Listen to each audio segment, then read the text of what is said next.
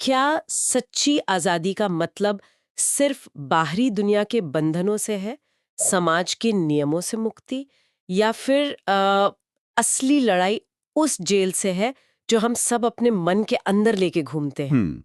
ये सवाल शायद हर सोचने वाले इंसान को कभी न कभी परेशान करता है।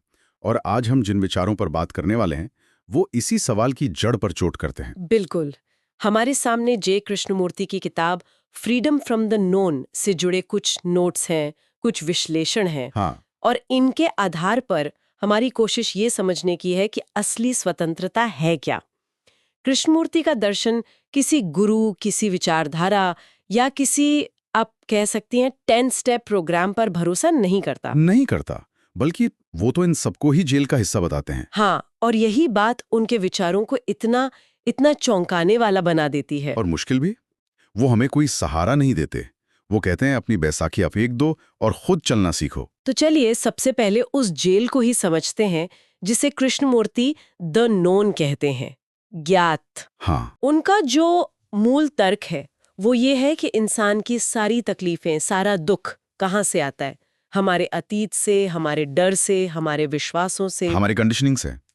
इसे ऐसे सोचिए, हमारा दिमाग एक तरह का एल्गोरिदम है। सोशल मीडिया की तरह। बिल्कुल। ये हमें वही दिखाता है जो हमारे पिछले अनुभवों ने, हमारी संस्कृति ने, हमारी शिक्षा ने इसे सिखाया है।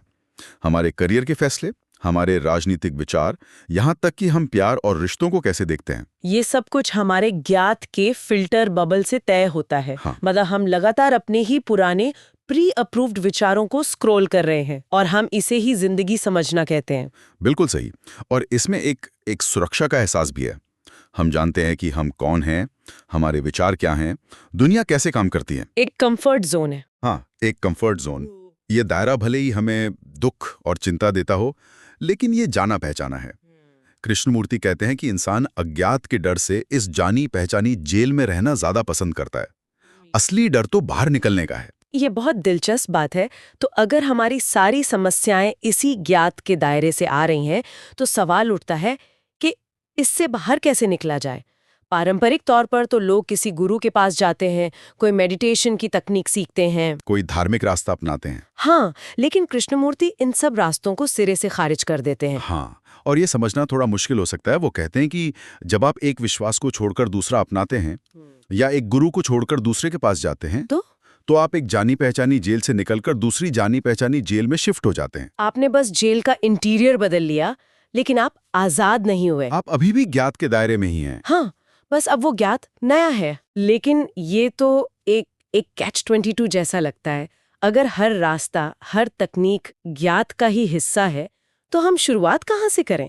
क्या इसका मतलब है कि हमें बस हाथ पर हाथ धरकर बैठ जाना चाहिए और कुछ नहीं करना चाहिए? ये तो बहुत निराशाजनक लगता है। आपका सवाल बिल्कुल सही है, और यही वो पॉइंट है जहां ज्यादातर लोग अटक जाते हैं। कृष्णमूर्ति का जवाब निराशाजनक नहीं, बल्कि क्रांतिकारी है। अच्छा। वो कहते हैं, कोई मेथड नहीं, कोई टेक्निक नहीं, कोई विश्वास नहीं, क्योंकि सत्य एक पाथलेस लैंड है। एक ऐसा देश जहाँ कोई बना बनाया रास्ता नहीं जाता। बिल्कुल। आप किसी के बताए रास्ते पर चलकर वहां नहीं पहुंच सकते। तो अगर कोई गूगल मैप्स नहीं है, कोई गाइड नहीं है, तो फिर हम क्या करें? भटक जाएं? शायद भटकना ही पहला कदम है। जब आप किसी मेथड या गुरु को फॉलो करते हैं, तो आप दरअसल उनकी नकल कर रहे होते हैं। उनके अनुभव को जीने की कोशिश कर रहे होते हैं। हाँ। अपना सच नहीं खोज रहे होते। कृष्णमूर्ति कहते हैं कि समाधान किसी काम में नहीं है, बल्कि सिर्फ देखने में है। सिर्फ देखने में? हाँ, बिना किसी मकसद के, बिना किसी जजमेंट के, बस देखना। सिर्फ देखना। ये सुनने में बहुत आसान और साथ ही बहुत निष्क्रिय भी लगता है। अवेयरनेस या जागरूकता, क्या सिर्फ जागरूक होने से कुछ बदल सकता है? ये निष्क्रिय नहीं, बल्कि सबसे सक्रिय काम है जो एक इंसान कर सकता है। इसे ऐसे समझिए, जब आप किसी चीज को बदलने की कोशिश करती हैं, तो इसका मतलब है कि आपके दिमाग में पहले से एक आदर्श है कि उसे कैसा होना चाहिए। जैसे गुस्सा बुरा है, मुझे शांत होना चाहिए। बिल्कुल। ये होना चाहिए भी तो आपके ज्ञात का ही हिस्सा है, आपकी कंडीशनिंग का नतीजा है। कृष्णमूर्ति कहते हैं कि बदलने की कोशिश करना ही संघर्ष पैदा करता है। तो फिर करें क्या? लेकिन जब आप अपने गुस्से को, अपने डर को बिना अच्छा बुरा कहे बस उसकी पूरी ऊर्जा के साथ देखते हैं, उसे समझते हैं, तो एक जादू होता है। जादू? ये थोड़ा ज्यादा नहीं हो गया? शायद जादू सही शब्द नहीं है, लेकिन जो होता है वो उससे कम नहीं। जब आप किसी चीज़ को उसकी पूरी असलियत में देख लेते हैं, बिना किसी फिल्टर के, तो वो चीज़ खुद ब खुद अपनी जगह बदल लेती है। आपको धक्का नहीं देना पड़ता। पूरी तरह समझना ही रूपांतरण है। हाँ, यही असली क्रांति है। ठीक है, मैं इस विचार को प्रोसेस करने की कोशिश कर रही हूँ। देखना ही कुंजी है, पर असल में देखना किससे है? क्या मैं अपने विचारों को देख रही हूँ या विचारों के पीछे कोई मैं है जो देख रहा है? यहीं पर कृष्णमूर्ति का वो आइडिया आता है जो शुरू में सिर घुमा देता है। The observer is the observed. हाँ, देखने वाला ही वो है जिसे देखा जा रहा है। इसका मतलब क्या है? हाँ, ये उनके दर्शन का दिल है। और इसे समझने के लिए हमें अपने रोजमर्रा के अनुभव को ही देखना होगा। मान लीजिए आपको किसी बात पर बहुत तेज गुस्सा आता है। हमारा पहला रिएक्शन क्या होता है? हम कहते हैं मुझे गुस्सा आ रहा है या मैं गुस्से को कंट्रोल करने की कोशिश कर रही हूँ। हाँ, बिल्कुल। एक मैं होता है जो महसूस कर रहा है और एक गुस्सा होता है जिसे महसूस किया जा रहा है। दोनों अलग अलग चीजें लगती हैं। कृष्णमूर्ति कहते हैं कि यही अलगाव, ये दूरी एक भ्रम है।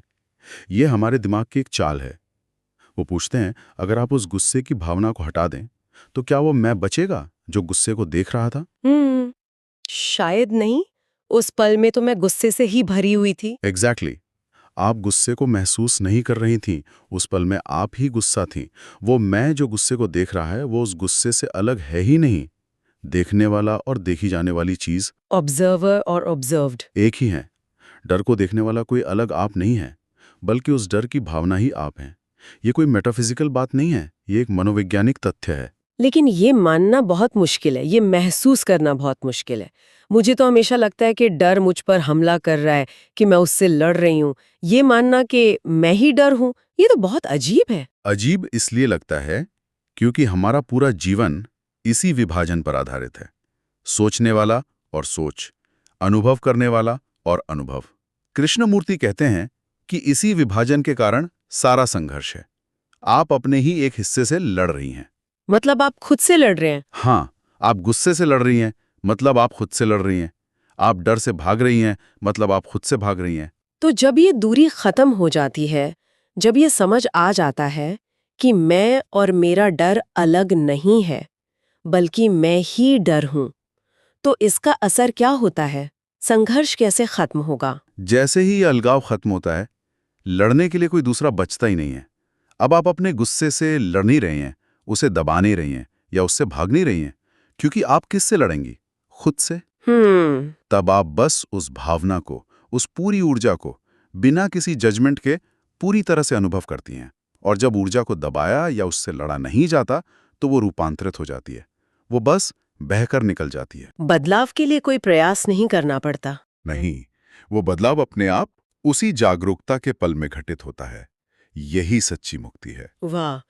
तो ये संघर्ष को खत्म करने का तरीका है, उस विभाजन को खत्म करके जो हमने अपने ही मन में बना रखा है। ये आसान नहीं है, लेकिन मैं इसका लॉजिक समझ पा रही हूँ। तो अगर हम अब तक की बातचीत को समेटें, तो कुछ मुख्य बातें उभर कर आती हैं। पहली तो ये कि असली आज़ादी बाहरी परिस्थितियों से नहीं, बल्कि हमारे मन के अंदर से ही शुरू होती है। और दूसरी ये कि हमारी सोच जो हमें इंसान बनाती है, वही हमारी दुख की जड़ भी है। क्यों? क्योंकि सोच हमेशा अतीत के अनुभवों और भविष्य की चिंताओं पर आधारित होती है। वो कभी भी वर्तमान में पूरी तरह नहीं जी सकती। और यहीं पर तीसरा पॉइंट जुड़ता है। अगर सोच ही समस्या है, तो सोच से बनाया गया कोई भी रास्ता, कोई भी सत्य हमें आजादी नहीं दे सकता। इसीलिए सत्य को खोजा जाता है, उसका अनुसरण नहीं किया जाता। बिल्कुल। और अंत में ये सब हमें चौथे और सबसे महत्वपूर्ण बिंदु पर लाता है। असली क्रांति किसी बाहरी एक्शन में नहीं, बल्कि बिना किसी चुनाव के देखने की क्षमता में है।